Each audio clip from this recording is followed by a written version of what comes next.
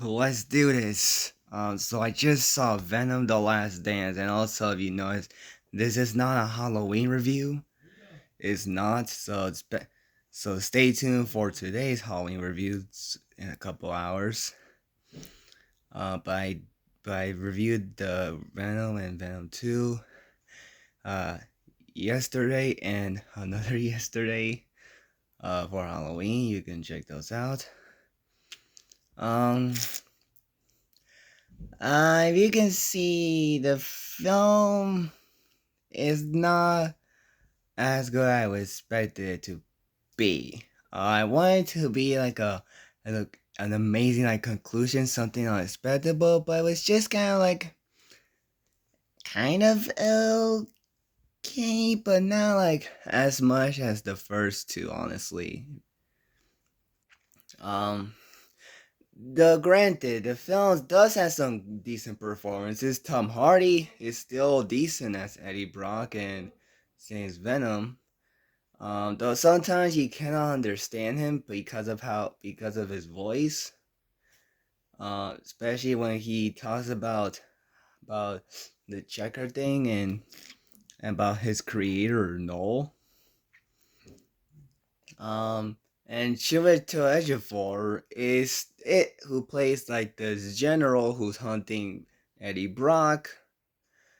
He's good in this movie. I don't love him in it, but he does fine. And I thought Rhys Ifans, who plays Lizard in the Spider-Man movie and the Amazing Spider-Man, is kind of funny in this movie. Who plays like the dad of this family that hangs out with Eddie and takes him to to a casino.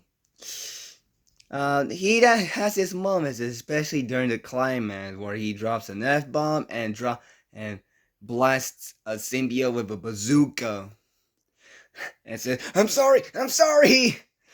That I thought that character was funny. Honestly, he was. Um, I also thought the symbiote creatures, I forgot their name, that are hunting down Venom, look look very ugly in the best ways. Honestly, the CG on them doesn't look so bad, and they have some fun action in this, especially that they are very unstoppable. And unfortunately, Venom had no choice that because of how unstoppable and how much regeneration abilities they have, Venom has to sacrifice himself to save Eddie and the world, and unfortunately dies. And honestly, that ending made me quite sad because probably because Venom is a very awesome character and sucks to see this friendship between Eddie and Venom go. Though I'm pretty sure I wonder what Eddie's gonna do in his future, though I don't think we doubt it since it's his last movie. I also thought the setup of Noel was kind of interesting because I actually kind of find it funny that they immediately introduce you to Noel. Like when the movie opens, they really want you.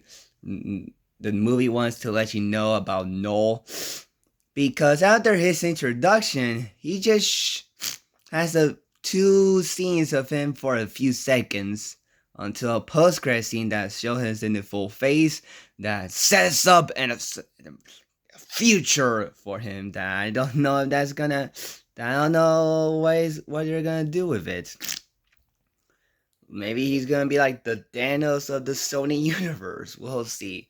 We'll see, Sony. We'll see. And also I thought the change in the scene where Eddie is in the MCU but then transported back was weird because if you pay attention to the scene and compare it to the one from No Way Home, it is different and because it's shorter and there are a lot of lines except for the reference to Daniels and like we're drunk are not in the movie, and also when the way they transport back is nothing like how it was in No Way Home. I don't know if that was because the Marvel rights or they just didn't care. I don't know. But on the one hand, it's okay because at least it makes it clear that the post credit scene from No Way Home is kind of canon. Though I don't know if that will continue on in the MCU, like with that symbiote drop at No Way Home end. And also, they have the bartender for a while, and they have a conversation with Vegifor's character, and a post-credit scene that was okay. I thought the dance scene where Venom and Miss Chan was honestly quite hilarious. Honestly, it was hilarious. Overall, Venom: The Last Dance is better than Madam Web and better than Morbius. But it's not a great movie, honestly. It's a movie. It's a movie. Though I also thought it was funny that when Venom turns into animals like horses and frogs, that was also funny. But overall, this movie, I would probably give Venom: The Last Dance 6 out of 10. A 6 out of 10.